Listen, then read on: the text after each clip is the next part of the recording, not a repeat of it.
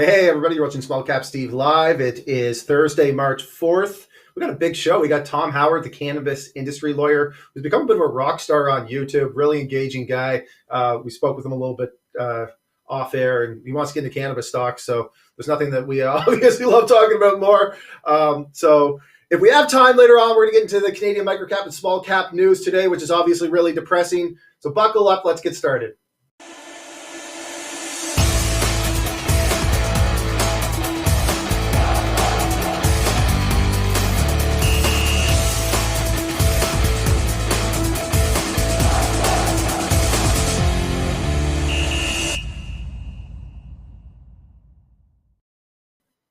Tom, thanks so much for joining us today. Oh, man, thanks so much for having me on, Steve and Jay. You know, I really appreciate the opportunity to come on and talk about something I used to do before I became, well, I graduated law school in 2008. And then I really liked the option pricing algorithm. And so I don't know why. And so like I became a Series 7, so stockbroker, and I passed my series exams in like late September of 2008. I was passing them basically as the market was selling off into the bailout and they fired everybody in the industry. And then I moved to my sister's basement and studied to pass the Illinois bar in 2009.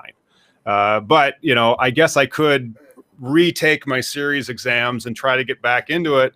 I think it's going to be a little while before we have options on an already volatile equity. So like if the equity is that volatile, the option and the skew on the options would just be obscene. You'd never be able to get out of that position.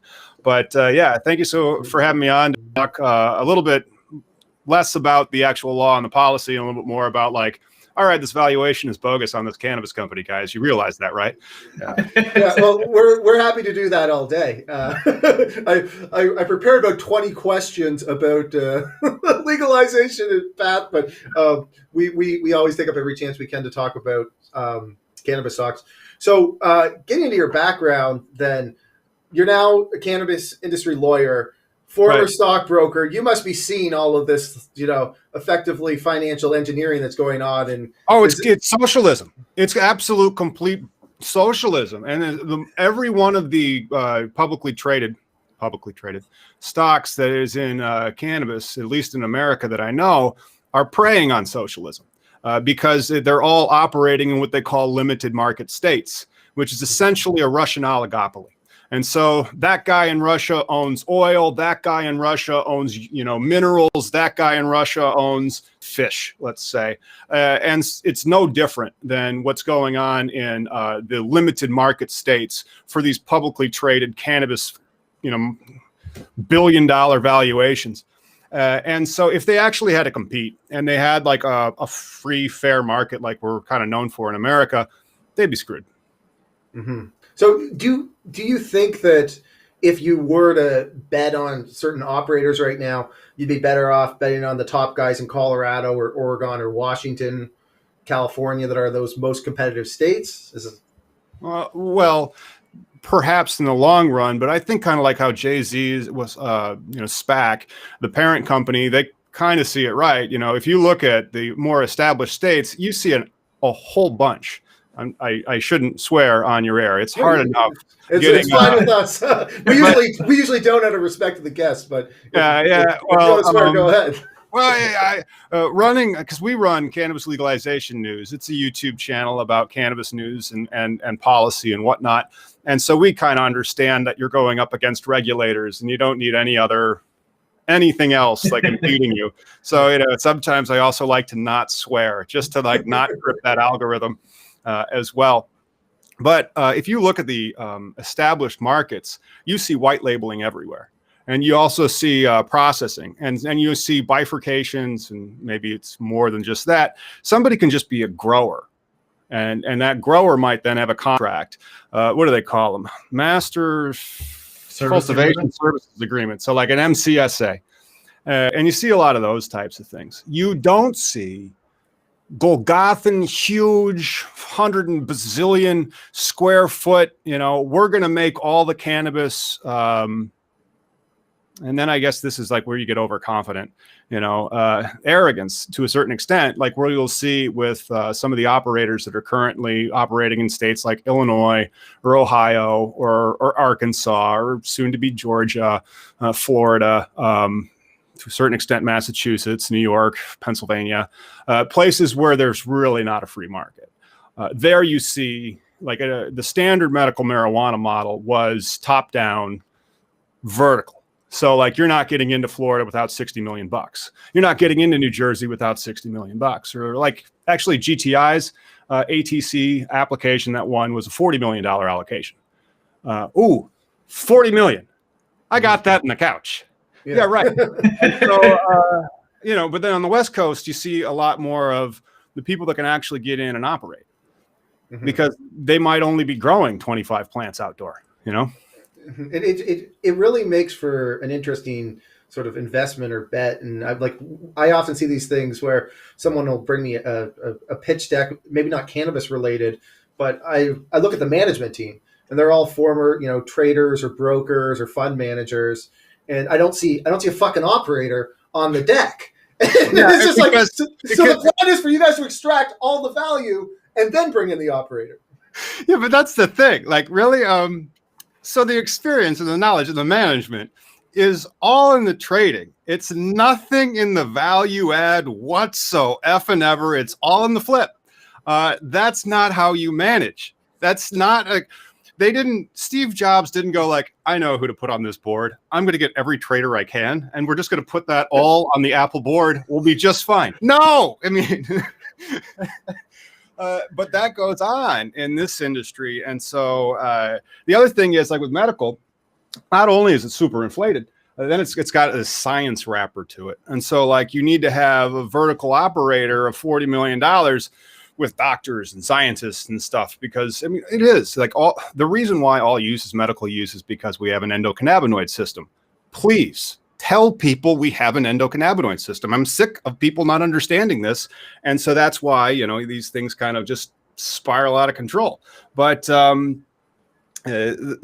lack of knowledge and the sheer speculation and greed is what fuels most of, I think, the stock price in the cannabis industry. Mm-hmm. So let's start off with the regulatory path right now. Where do you see that heading over the next? Oh, if again, go ahead and subscribe to Cannabis Legalization News, where for the next decade we will be eroding the stigma and the prejudice and just the ignorance when it comes to cannabis. And so I'm not done until like everybody's like, oh, so like we should be regulating this less than pizza. Yes, you should be regulating this less than pizza, or like just along the lines of how you're regulating like a brewery that's a local brewery. You're going to figure it out. It's going to be substantially less regulated than it is now. And as a result of that, the industry will look a lot more like it does in California than it does in Pennsylvania. Okay. So I'm curious, what's your approach to the cannabis sector as a whole? Do you approach it from a financial market standpoint because you have that history in terms of stock brokerage or whatever? Or do you approach it from an activist angle?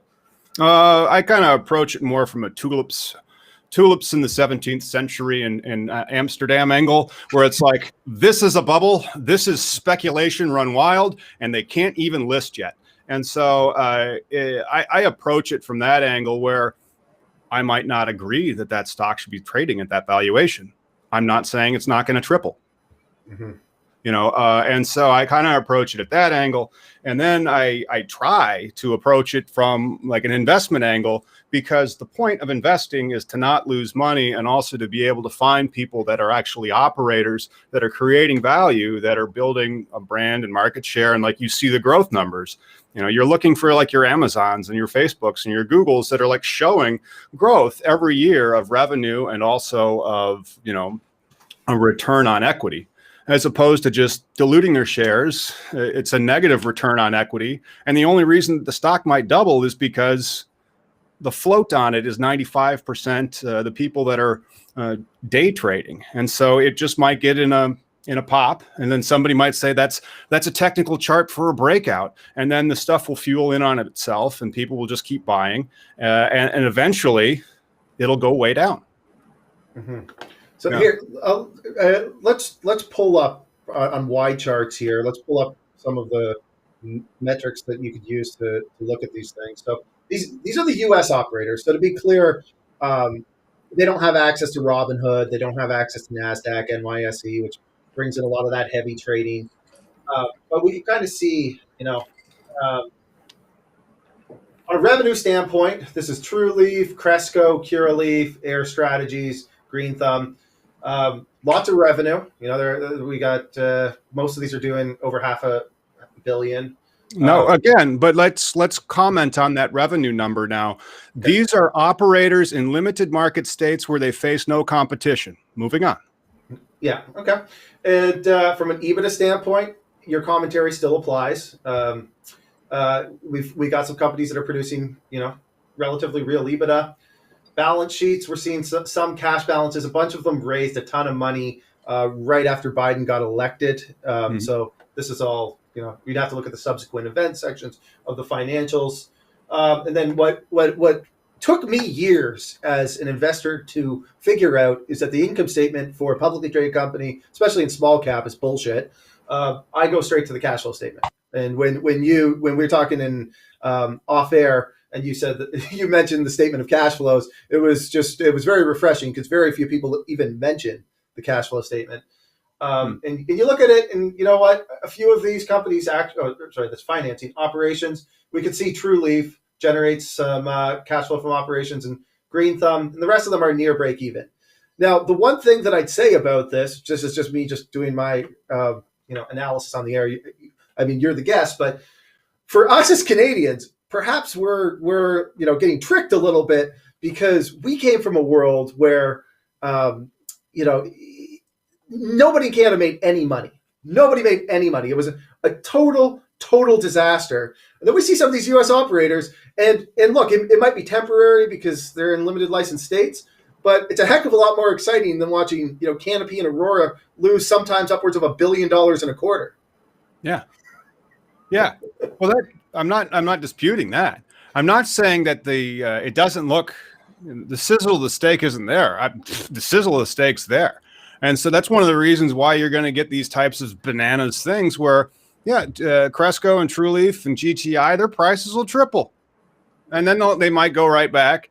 But if they're if your chief strategy is to keep the market limited as possible and prevent any new entrants, good luck with federal legalization. And so maybe that's one of the reasons why they haven't started all sucking money yet. But they are coming out the gate with the biggest lead in the world. The problem is their weed kind of sucks because weed's not necessarily designed to be grown and shipped as if it's chickens. Just another commodity. Right. And so that, Cresco sprays a lot of stuff on its plants to prevent molds because it lost a whole crap load of powdery mildew. And that's why it's always really easy to find vape carts because you're just going to put your mistakes into the extractor sometimes. And so the prices that are there, that's what they're reporting. I would love to see a few more quarters of it. However, I would love to see a few more quarters of it as they have to compete. Yeah. See, what happened in Canada, speaking of the vape pen stuff, is these companies that they were having, like Canopy, for example, they were struggling to get that top line revenue. So what they would actually do, this company that had all the cash in the world to do their own extraction would then sell their product to an extractor and then buy it back and then sell it to the endpoint so that they could double count their revenue at the expense of gross margin. So these are all sort of the things that we see. This is what the traders that you put on your board bring to the table. We're going to double book revenue. It's like, wait, aren't you really just masking expenses and making it seem like we're actually making money? Isn't that just bullshit? See, Afria bought a pharmaceutical distribution company for 0.5 times sales. That represents 85% of their revenue. Now they get to post that big top line revenue number, but it's actually just a distribution company. So that's the stuff we saw in Canada. one of the questions I got to ask you is, do you think in the U.S. we're going to see this sort of bubble and mania once all the U.S. operators can list on the senior Yes. exchanges? Yeah. Yes. Like unequivocal yes. But then you're going to see people like me doing what I'm doing. Like, guys, this stuff really isn't that harmful. And not only that, a lot of the problems that you have, a lot of the diseases that you may have, your anxieties, you know, your IBS, all these other things that are related to your endocannabinoid system that is trying to keep you, you know, what do they call that? Homeostasis. Dr. Ethan Russo was on the program, and he was saying that this particular system of your body is like your chief homeostasis regulator. And that's why medical marijuana works. So we're not done until everybody frickin' gets that. And then once everybody gets that, the regulations kind of catch up to the public understanding. Right now, in those like Ohio or Pennsylvania or even in Illinois, where we have a limited market state, and somebody on the frickin' hall of where they passed this law back before they did everything from a Zoom conference in 2019, they legalized it. And so like during that debate prior to the vote, we had some schmuck Republican, you know, pick up a frying pan, get an egg. This is your brain on drugs, crack. And that was his words into the record before he voted no. Because of that, until that sucker's rooted out, that's when you're going to see all these regulations come way down, more like Oregon or something where they kind of already get it. And that's going to make it great for operators and also great for localities because some of these jobs, they really can't be exported that much. But it's going to make it terrible for the vertically integrated, dependent upon the limited market folks that are trying to get you to buy their stock. Mm-hmm. Mm-hmm. So do you feel someone like TRUL.c is truly threatened then by the prospect of federal legalization? I mean, right now they have a 50% market share in Florida. And I mean, I'm no fan of TRUL.c, but 50% market share, that's going to be hard to erode. Yeah, sure. But like who has 50% of the buggy whips in, you know, in the buggy whip market? Who cares? Like buggy whips go by the wayside. So like if the game changes on TRUL.c, and that's one of the things that actually happens. The laws kind of change over fairly quickly. There's law, and it's called well settled. I used to do a lot of mortgage foreclosures and commercial loan workouts for banks, and that's one of the reasons why I'd be like, look at the cash flows. Why would I look at the cash flows in the balance sheet? Because that's where the money's moving to steal. Duh. And then, you know, you'd go pick through a business's, you know, accounts and records and financials, and then you would figure out where the cash is and yank it. It was a terrible way to go through business, but, you know, it really kind of helped me for becoming a cannabis lawyer, I guess. You know, I can't really remember what the question was anymore.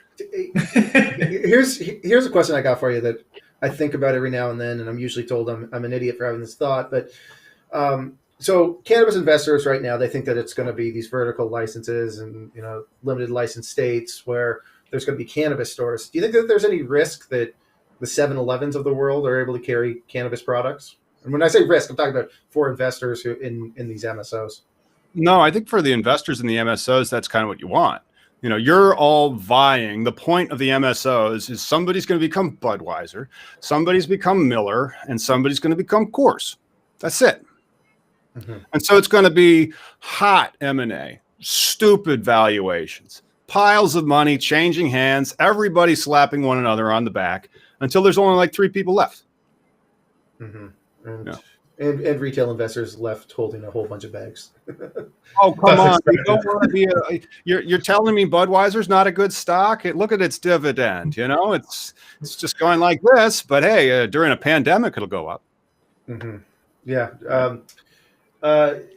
Okay. So what do you think are the biggest risks that investors should think about when they're looking at these MSOs? We're assuming that there is going to be a bubble coming up, sure. But there's, you know, different things are going to play out politically. Do you see cannabis crossing state borders as a risk for people who, and I'm talking about people who are investing in MSOs right now?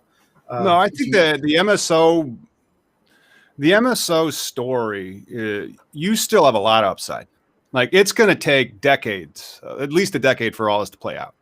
And Okay. and not only that, like, you have to remember that it is still, you can't smoke weed and work for the Biden White House.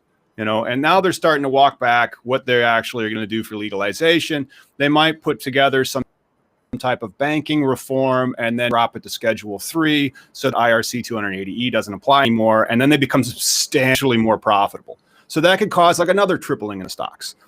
You're going to have a complete disconnect, not unlike Enron, in these stocks before they just die. And that might take 10 years because it's going to take a long time before all the laws can be relaxed enough that they actually have to compete. And then they, right now it's really hard to become an MSO upstart. Like Cookies is probably the best example, and it was amazing. And it kind of came out of California because it was mostly a branding and marketing type of strategy, and then some really creative names to some fairly good tasting wheat. I don't think we're allowed to have it in Illinois, though, because like we have restrictions against types of advertisement for products, for cannabis products that may appeal to children, and the name of your brand is Cookies. Mm-hmm. And so, I mean, that's one of the more interesting type of risks. But as those types of brands can like come up and grow and try to take out the old guard, there's going to be a Tesla that's going to take out the GM, and the GM right now is going to be those TRUL's and these other operators that are getting very large. But with that size, comes a certain amount of inability to innovate. Yeah. We've seen some early players come in with that sort of asset light model where they're going to focus on brands, and the first one that's really come along that's actually got a legitimate shot of pulling it off. I'd agree with you is the Parent Co, because when you're coming with Jay-Z and hundreds of millions of dollars in cash, you could take a real run at this thing, which is going to take a substantial amount of marketing. So it sounds like, if I don't know if you're on Twitter or like you see all the cannabis bros or pot stock bros on Twitter, but when Biden got elected, it was like, oh my God, cannabis is going to be fully legalized tomorrow. We're all going to make millions of dollars. It sounds like you're not necessarily buying into that thesis. No, I've been buying into that thesis for 10 years. It's why it gets easier and easier to kind of ignore on a daily basis. And so I still think we're if it goes Schedule 3, we're probably like 20 years away from legalization. If it doesn't go Schedule 3, maybe like 7. But if I was one of those pot stock investors, I'd be like, hey, can we sue the IRS yet and try to get a disgorgement of all that money we gave them? No, damn it. And so I would be trying to get around IRC 280E as fast as I can. I'd be writing checks to politicians and be like, get me the fuck out of here, bro. And that's a Schedule 3 thing, which for some reason, remember, there's that stigma that's out there that good people don't use weed. Jeff Sessions mentioned this. And so it's false. It's a lie. It denies reality. It denies science. It denies facts. That doesn't mean that millions of people don't believe it. And so just because millions of people believe bullshit and their vote counts just as much as mine does, it's going to move slower than you think.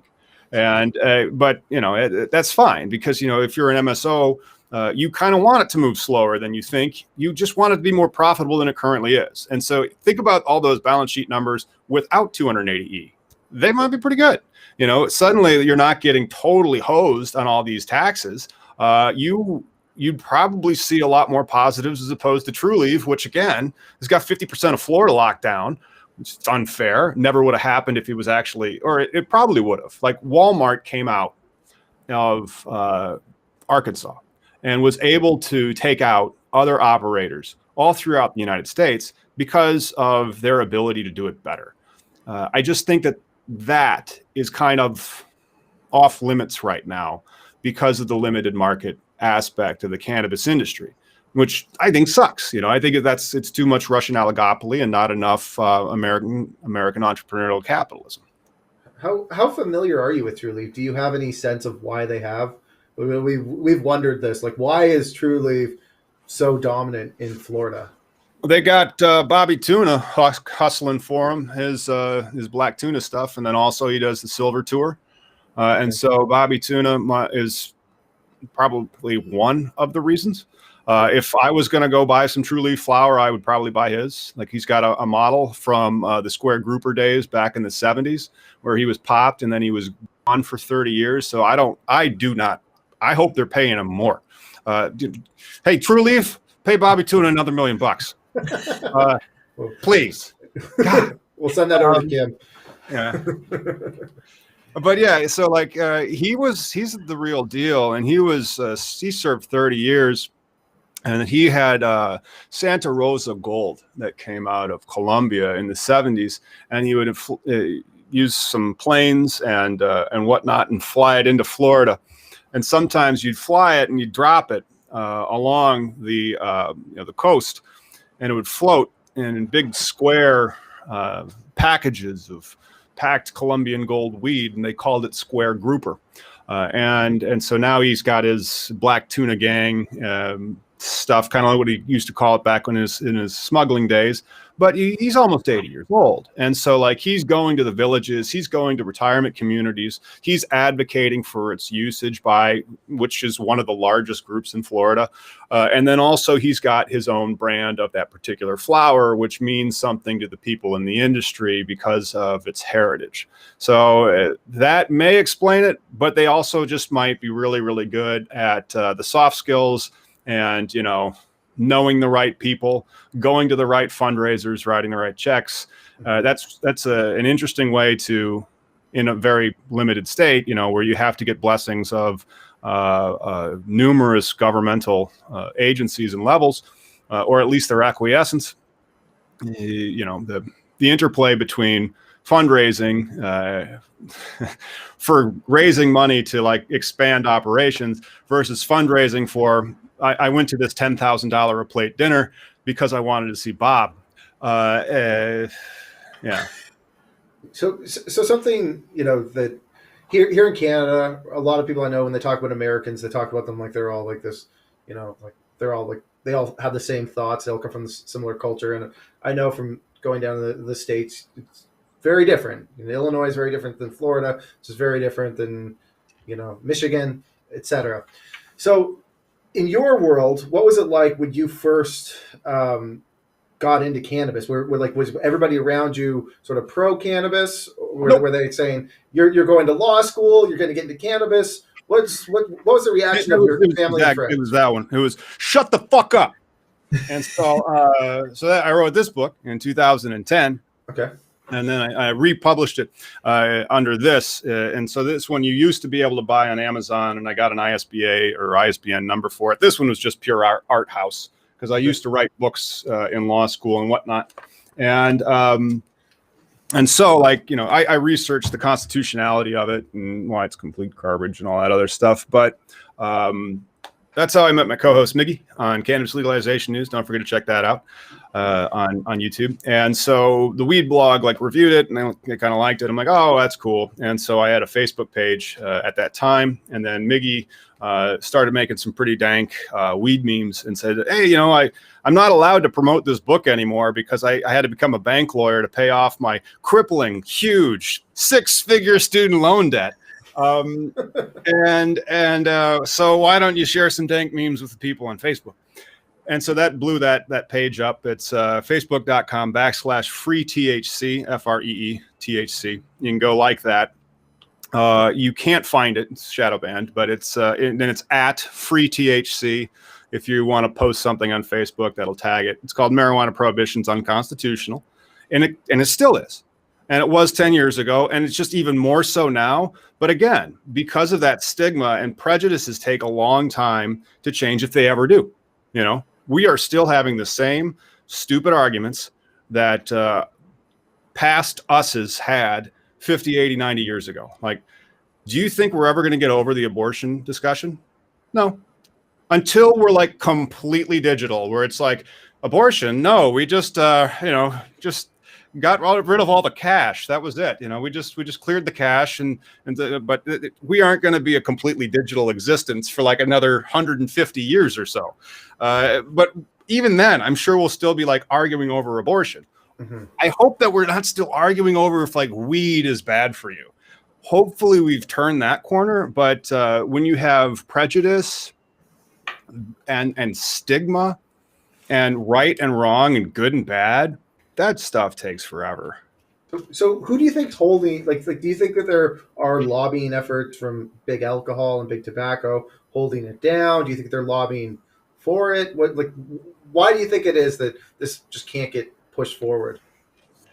Well, if you want that answer, again, you can like read any headline in the news about weed, and it's probably going to be a pun. Like, new marijuana laws hazy. Or, right. Cannabis laws going to pot. You know, it's just, they're usually a joke. And so you're not just illegal, you're also kind of trivialized. And so people just kind of look at you like, whatever, stoner. And again, it gets back to that prejudicial aspect of it that people are using against you. And so whenever you're staring down the butt end of that, you're like, well, I'm fucked in this one. I tell you, because I could tell the person exactly why they're wrong. I could show them factually why they're wrong. You can prove the whole thing to them, but they don't care. One of my favorite stories I have to share with you is once I was at a cannabis stock event here in Toronto, and there was a company called Invictus MD, and they had a big celebrity backer, was Gene Simmons from Kiss. Nice. And if you know anything about his background, he's actually very anti-drugs. And so he gets up on stage. There's, everybody in the room. They're mostly just there because they're supposed to be there for their job. So everybody's in where there's free drinks in the back, not even listening to the companies they're speaking. But then when Gene Simmons gets on stage, there's just like a huge rush to the stage area so everybody can hear him talk. And he gets on stage and he's like, well, before I got into Invictus, I thought that all cannabis smokers were losers. Right. And then I found out I could make money. They offered me a bunch of shares. So I hopped in. Right. And so this happens. Like, this happens in people in the industry. I accidentally was in business with somebody who looked at it like that, where they look down at the people who's using the product, but they ain't got no problem whatsoever with fleecing and taking their money. And they probably also think that they should be taking their money because they are bad. It's like, yeah, well, I still think they're pieces of crap, but at least they made me some dope, and that's what you're dealing with. And these people still have endocannabinoid systems, and they are presenting as if they are cannabinoid deficient, by the way. They are believing a falsehood to exploit another human for their own pecuniary gain. That is stupid. But you know what? It is just good old American capitalism. No, it's not. You're literally taking advantage of somebody that you don't like because you think you'll get rich. So what's your take on a bunch of states they've tried to put in programs for minorities to try to help boost them up, and they're almost always a failure. Have you seen any states do anything that in your opinion works? Illinois, and my school district that I went to, and I almost learned math. Public schools, good people. And so they were able to get like an extra $600,000 this year, only in its first year, because they created the R3 program. And you can use the tax dollars from the revenue generated to reallocate specifically for areas that have been harmed by the war on drugs. And very often in America, the way that we fund our public school system is quite racist. We do it by property taxes. And so if you live in Manhattan and your property taxes are bazillion dollars, your schools are probably going to be really good. But if you live in Staten Island or in Brooklyn, well, I'm not sure about Brooklyn anymore, but if you live in Brooklyn in like 1991, your schools were terrible, or your real estate taxes were lower. I'm not sure if New York, like in Illinois, I should use Chicago as an example, uses their real estate taxes to fund their public schools. But if they are, that just really disproportionately rewards the wealthy people, and then also disproportionately punishes the people that don't have any means. And that's before they start arresting those black and brown people for weed. And so by having those types of allocations of the funds from the taxes, you actually see some benefit so far. And it's only in the first year in Illinois.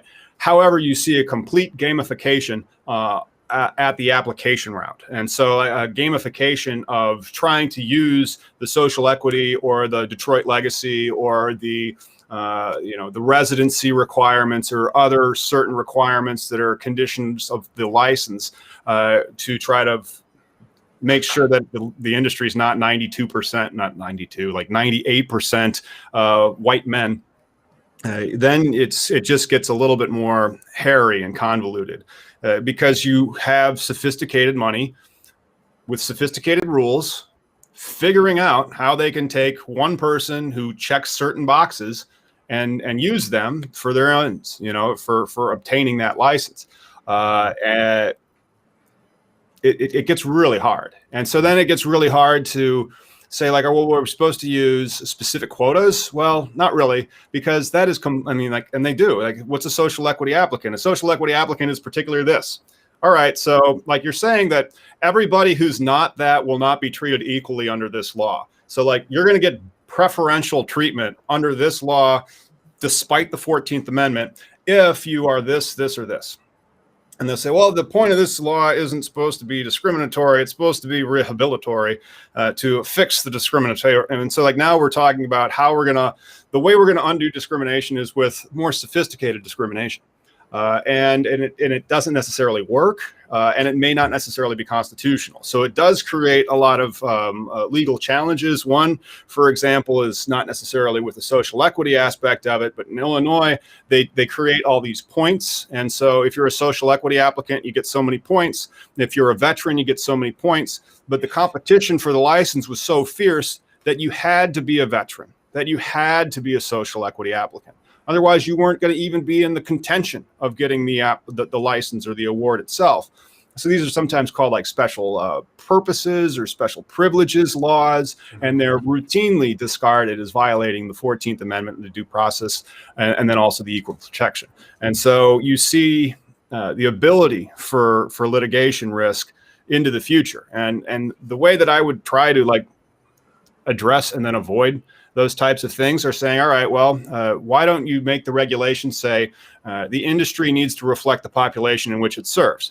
So you're not necessarily, you're mandating a certain amount of diversity, but you aren't saying that you can't do it because of this. You might be able to have diversity type quotas where you could then look at the base rate of whatever particular area in which the cannabis license is operating to see if it's about 50% women.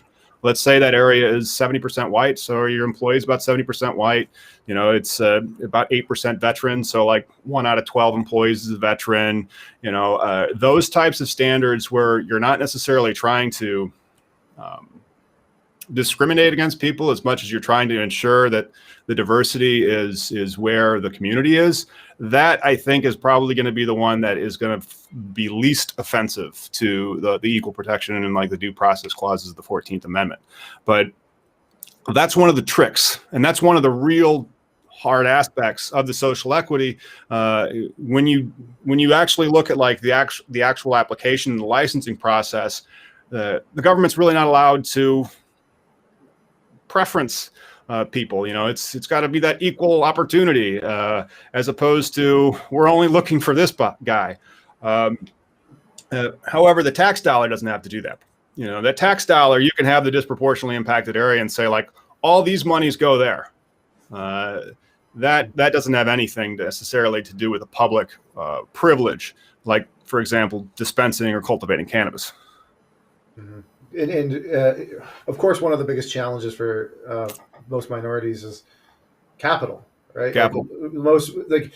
We do a show where we cover small cap stocks. We talk to a lot of fund managers, bankers, CEOs. I would say 95% of the people we talk to are white males, and that's not. We're not. I'd like to say I'm not racist, but like, it's just the world we live in. The game was rigged for them. All right. So the game's been rigged for money for white men for hundreds of years, if not thousands. And all right, well, that's the base rate. If you're see that guy over there, and he's this, and this. He may be a rich white man. But that's absolutely true. And again, now you're trying to create a more diverse industry by creating these new types of businesses that have the right mix of ownership for the social equity applicant or the minority applicant or the local applicant. However, this doesn't change the regulations, especially in the vertically integrated medical states where the limited market and the high regulation to try to crowd out any newcomers.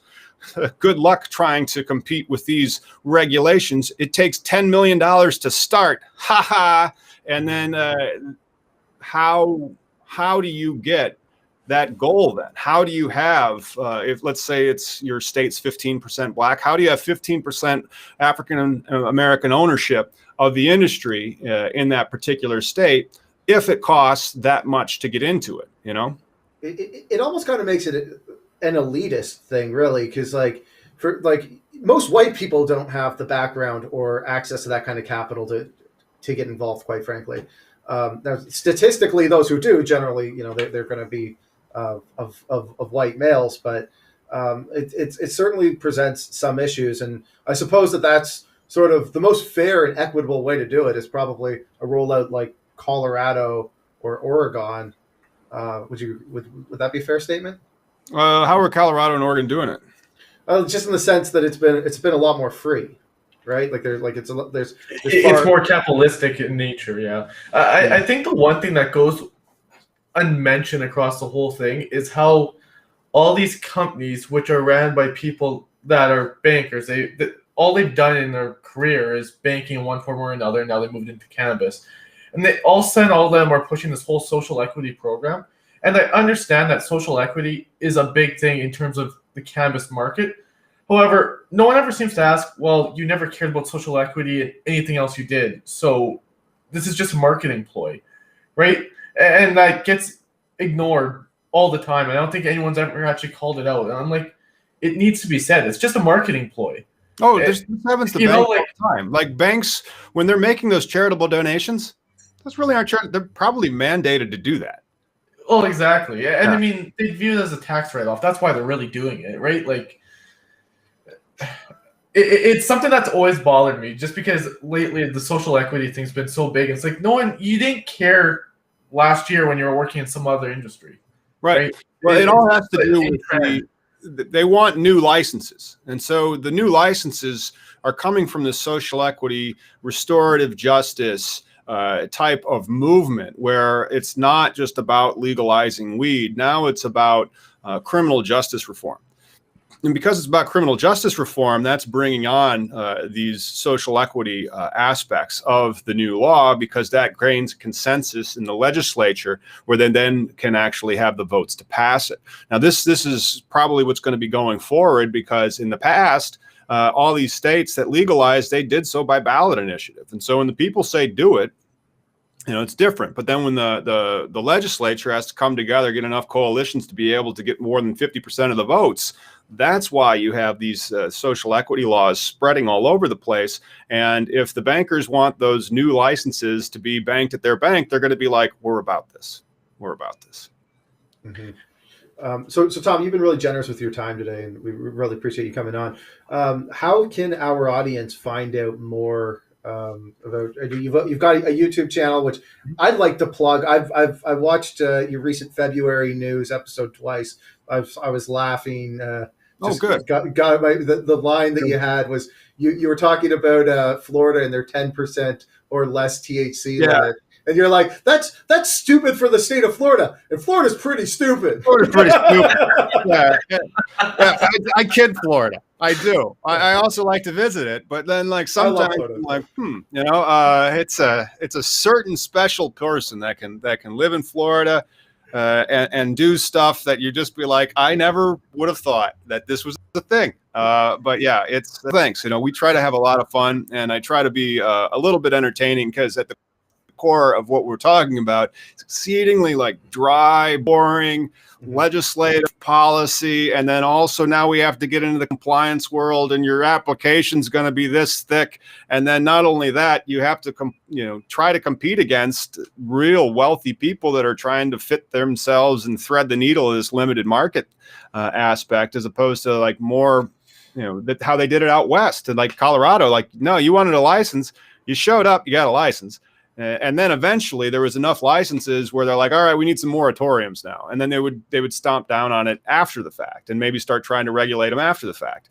But some states did it opposite. They're like, let's regulate the hell out of it. And that just puts the price up, which makes it way less accessible for the average social equity or anybody.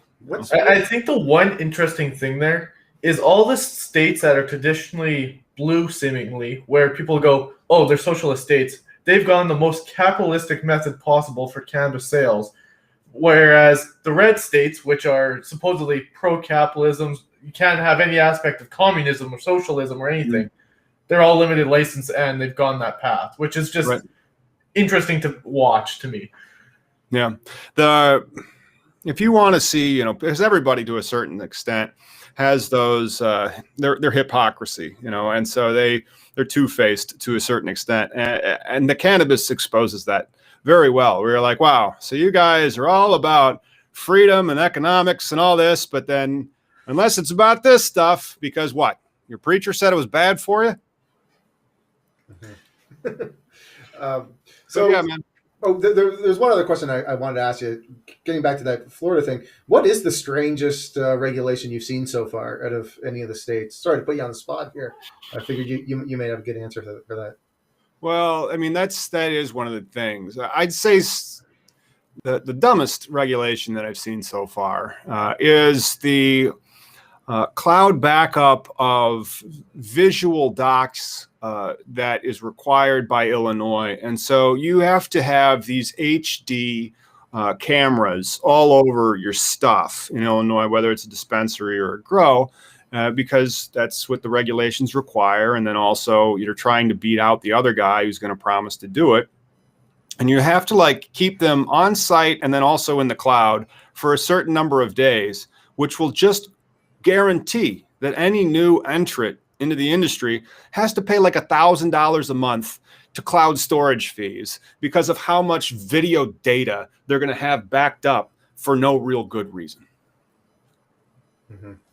Sounds like a real hassle for operators. I'm pretty sure something along those lines is in place in Canada across the country, actually. Yep. Yeah. Oh. Yeah. For why? Oh, exactly. Is this plutonium? No, this is not plutonium. And so the other thing is, I can't work for the Biden White House. Nobody who smokes weed can work for the Biden White House, which of course means that you're still being prejudiced. You still can't be a federal employee. They're still towing the old line. There's still official policy that is dictating hundreds of millions of people's actual lives is based in complete lies and bullshit. And that is 2021. And until that changes and that we're actually going to respect that there is an endocannabinoid system, that there's a reason why cannabis works. And then not only that, dabs. I can now have pure THC and take it straight to the head as much as I want and try to kill myself. Really do it. It's stupid. It ain't going to work. But I can go to Benny's Beverage Depot and clear out as much vodka as I want and give that a go. And I might be successful at it. That's legal. That is what we're dealing with. We are dealing with complete idiocy, complete disconnect from reality, and a willful ignorance that continues to go on because they don't want to look into it because it's illegal. And if they look into it, they might jeopardize their job. They might get in trouble. Mm-hmm. How do you think that this is? I know we're trying to wrap it up here, but you've obviously read up on this a lot. How do you think it is that we ended up with cannabis being like you often hear that it was to to try to drive out Mexicans in minorities. Is that generally your belief? No, that's literally what happened. Okay. I mean, that's something that it wasn't just, I wrote a book, everybody wrote a book. And so like when you actually look into the congressional record and the history of it all, yeah, that's literally what happened. And then the name of it now would be hearsay. And so like frickin' the guy, that he was the chief of the Bureau of Narcotics from like 1930 to 1962. And by the end, he looked like Mussolini. His name was Harry J. Anslinger. And so that guy changed it from cannabis, which was in a whole bunch of patent medicine at the time and had been in the pharmacopoeia for like decades. And then all the doctors would refer to it as a technical term, cannabis. And then they come through with this marijuana. And then it's a perturbation of the actual cannabis because doctors see it as like tinctures. They don't necessarily see it as joints. And so the doctors don't understand what they're talking about either. The doctors actually go down and tell them, the AMA's legal counsel. So this guy's a doctor and a lawyer, Dr. William C. Woodward, not an idiot. If you're a doctor and a lawyer and you're like the general counsel for the American Medical Association, you're probably not an idiot. And so he goes down to testify in the 30s when they're trying to do this. And he explains that to Congress without fail, just like, we don't know what you're talking about. You're referring to it as marijuana. And they just swept him out of the room. They said, if you're not trying to do what we're trying to do, thank you very much for your time. And then they actually lied, which was hilarious. The guy who lied was a really racist man in Congress in the 1930s. And he eventually became the Supreme Court Chief Justice. Yeah. That's how it works. It's how it works. And so, yeah, this guy, and I would have to look up the Chief Justice's name, or I could, peruse the book to see where it is, because I haven't had to think about it in a long time. And so he lies to the Republicans that ask what the AMA thought about it, because, the Republicans have been doctors for decades now. And so they said that they supported the ban. I really wish that, I'm drawing a blank on his name, but he was the Supreme Court Chief Justice that was holding up Brown v. Board of Education before he died of a heart attack in 1953. And that's one of the reasons why Brown v. Board of Education came out thereafter, because then the Supreme Court would actually decide it. This is not news. And so like the Supreme Court has been one of the more racist institutions in America and I'm not saying it currently is, but like in the past, it was quite bad. I mean, if you look at the decisions between like 1870 and like 1955, not the best. But anyway, Fred Vinson, I think was his name. So Judge Fred Vincent was a Democratic congressman from Kentucky, and he lied to help facilitate the passage of the Marijuana Tax Stamp Act, which was only brought up by the new Department of Narcotics and Harry J. Anslinger, and he would have newspapers. That's like the hearsay. Like, I was reading a newspaper article. Oh my God, a newspaper article. That sounds scientific. So like, what did the doctors say? They said, we had no idea what you're talking about, and nobody calls it marijuana. We think you're trying to control a specific segment of the country. And they still haven't been listening to the doctors, and they still haven't been listening to like any other study that had been done. It's terrible. And so we're talking about trying to undo a stigma that goes back at least 80 years. That doesn't get done in a 2-week basis. So, I don't know how long it's going to take before we have non-scheduled cannabis. Yeah. Well, Tom, you've been very entertaining. I often, have a question prepared, and I just get so engaged with what you're saying. I forget what I'm going to ask next. That's right. We're used to talking to CEOs and fund managers who are usually very very on point, and it's like, okay, I already know what they're going to say. So it's really refreshing to get to talk to somebody like you who. And by the way, one of the strangest things is we have a lot of cannabis CEOs and fund manager types on this show, and when we ask them where do they see the regulatory path going, we never really get a great answer. It's almost like they don't really like follow it. Why would they follow it? Like they're doing their job. And I'm not really sure what that job is. I should ask to shadow a few of them for a few weeks. See if they bite. I'll tell you what it is. It's to sell their stock that they paid pennies for, For $10. Yeah, that's to turn pennies into loonies, as us Canadians say. Pennies into loonies. I'm in the wrong industry. I should start doing that. Yeah. Or if you're really good toonies. Thanks so much, Tom. We really appreciate you taking the time to do this. This was a lot of fun, and hopefully in the future you'll come back on and sort of share your thoughts with us, because this was a blast. Cool. Well, I really appreciate it, guys. Thanks so much for reaching out and asking. And, I'll continue to watch your guys' show so I can learn more about what the up and coming, if not publicly traded. I mean, I guess if they're coming out of Canada, are most of your small caps coming out of Canada, or are you also looking at the American market?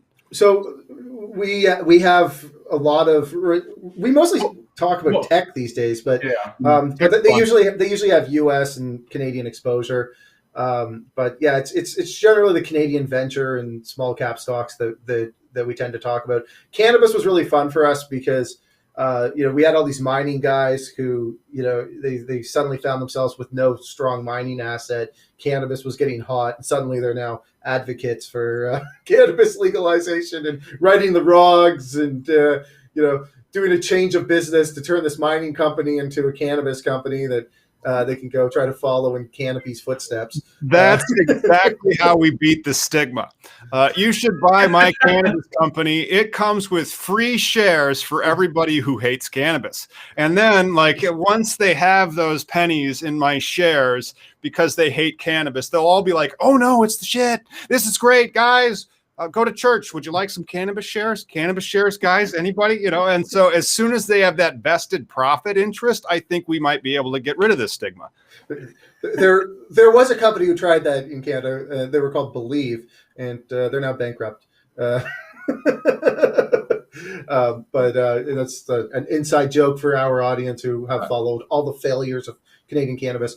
But thanks so much, Tom, for taking the time to do this, and we hope that you'll come back on again, because this was a blast. Yeah, guys, thanks for having me on. I'll look forward to watching more of your show.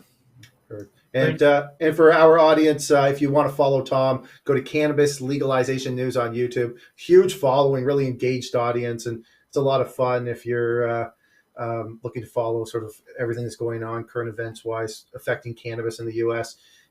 Jay, quickly, what's going on today at the Dive? So today at the Dive, we have Todd Bubba Horwitz of BubbaTrading.com on the Daily Dive in about a half hour's time here. On top of that, we had some great content put out yesterday, actually, by Jim McFadden on Lucid Motors, which has been blowing up our website. Also, this morning, I put some other content out by him on O3 Mining. This guy's got a knack for finding stuff that is just quite incredible, actually. So give that a read. We've also got some stuff coming out from Justin, and we've got some stuff from Hermina on treasury yields, among other things. Lots going on. I might try and sneak out another video today, or I might have a weekend fire round of a bunch of video that we've got backed up that I want to get out so that people can see it. Okay, and it is quickly got to say, everything we talk about here is not intended to be financial advice.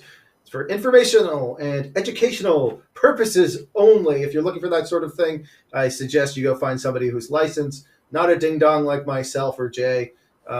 We don't know what we're talking about, but we're just having some fun. So don't sue us. Educational, informational, entertainment purposes only. We've got Rick Rule joining us tomorrow, who recently actually retired from being a managing director at Sprott Holdings. So really looking forward to having Rick on. That's going to be a lot of fun. You guys could have spent your last hour staring at any screen, any place in the world, but you chose to spend it with us. I appreciate that. If you're watching us on YouTube, please hit the like and subscribe button. See you guys tomorrow.